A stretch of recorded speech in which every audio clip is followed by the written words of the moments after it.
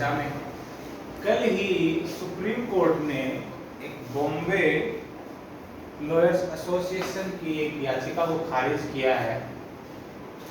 जो याचिका law minister किरण रिजिजू और वाइस प्रेसिडेंट धनखड़ के अगेंस्ट दायर की थी। क्यों की गई थी?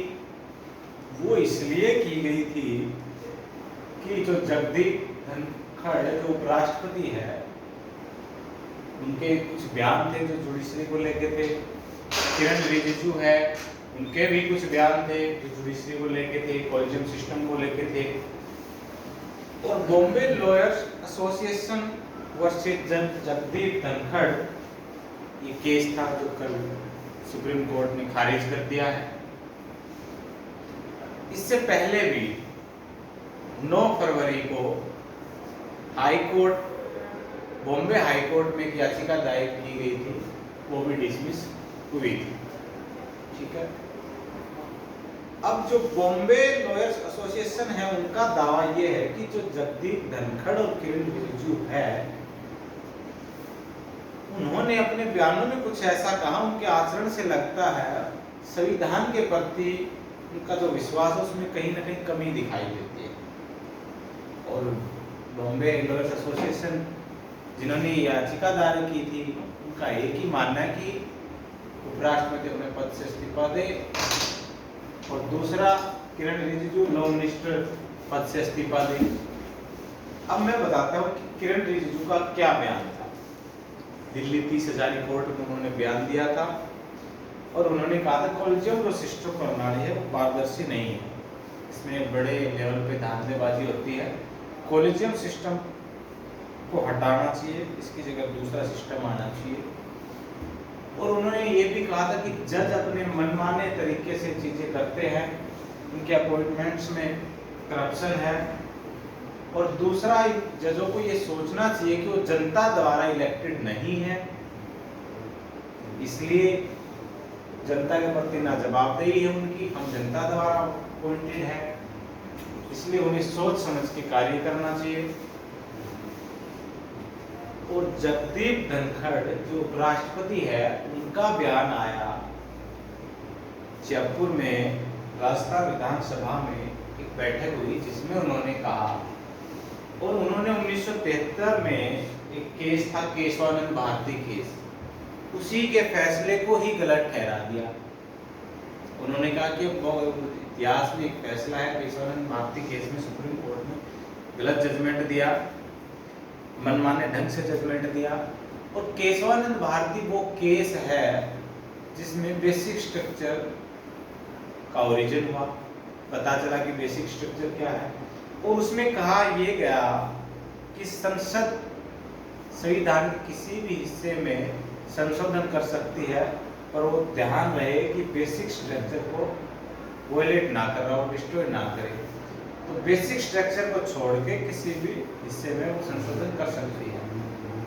अब जगदीप धनखड़ अपने बयान में यही कहते हैं कि संसद के ऊपर न्यायपालिका जो है संसद के ऊपर रिस्ट्रिक्शंस लगा रही है, उनके जो लिए गए फैसले, जो बनाए गए कानून है, उनको समीक्षा की जा रही है, वो गलत है, जो किसी भी प्रजातंत्र के लिए खतरा है। और ये था जगदीप धनखड़ का बयान।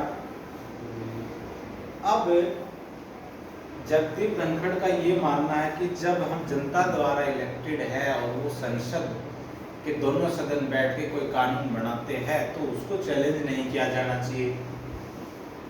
जबकि आर्टिकल 13 संविधान में लिखा हुआ है कि संसद कोई भी ऐसा कानून बनाती है जो फंडामेंटल राइट्स को वायलेट करता है, कॉन्स्टिट्यूशन आने के बाद या कॉन्स्टिट्यूशन से पहले ऐसा कोई भी कानून है तो वो नल एंड वॉइड डिक्लेयर कर दिया जाएगा। आर्टिकल 13 में ही जुडिशियल रिव्यू का कॉन्सेप्ट है, जो ये कहता है कि संसद द्वारा बनाए गए किसी भी कानून पे जुडिशियल रिव्यू कर सकती है, उसकी समीक्षा कर सकती है, उसके सब्सटेंस को चेक कर सकती है, उसमें क्या गलत है क्या सही है। तो ये कॉन्फ्लिक्ट चल रहा है संसद में और न्यायपालिका में। अब जो कोलिजियम सिस्टम्स को लेके किरण रिजिजू के जो बयान आए थे, उन्होंने कहा था कि कोलिजियम सिस्टम है क्या। जी, कोलिजियम सिस्टम वो है जिसमें हाई कोर्ट और सुप्रीम कोर्ट में जजेज अपॉइंटेड होते हैं, उनके ट्रांसफर होते हैं, इसी सिस्टम के तहत होते हैं। कोलिजियम सिस्टम है जिसमें टॉप मोस्ट सीनियर जजेज, वरिष्ठ जो सीनियर जजेज है वो सीजीआई के रूप में आते हैं। 5 जजों की एक कमेटी होती है जिसमें वो सीनियरिटी के हिसाब से सीजीआई बनते रहते हैं। दूसरा, सीजीआई की नियुक्ति हमेशा राष्ट्रपति करता है और हाई कोर्ट के जो चीफ जस्टिस होते हैं उनकी नियुक्ति राज्यपाल करता है। ठीक है।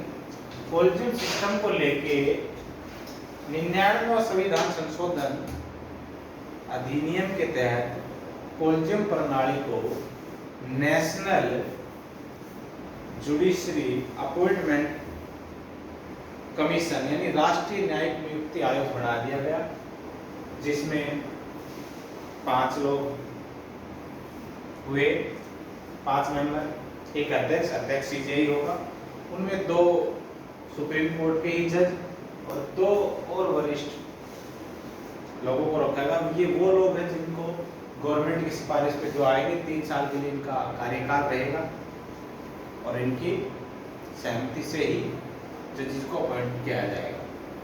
अब ये सिस्टम चला 1999 से चलता रहा नहीं, 1999 से नहीं, सॉरी 2014-15 की बात है, मोदी गवर्नमेंट के आने की बात है। मोदी गवर्नमेंट ने ऐसा ट्राई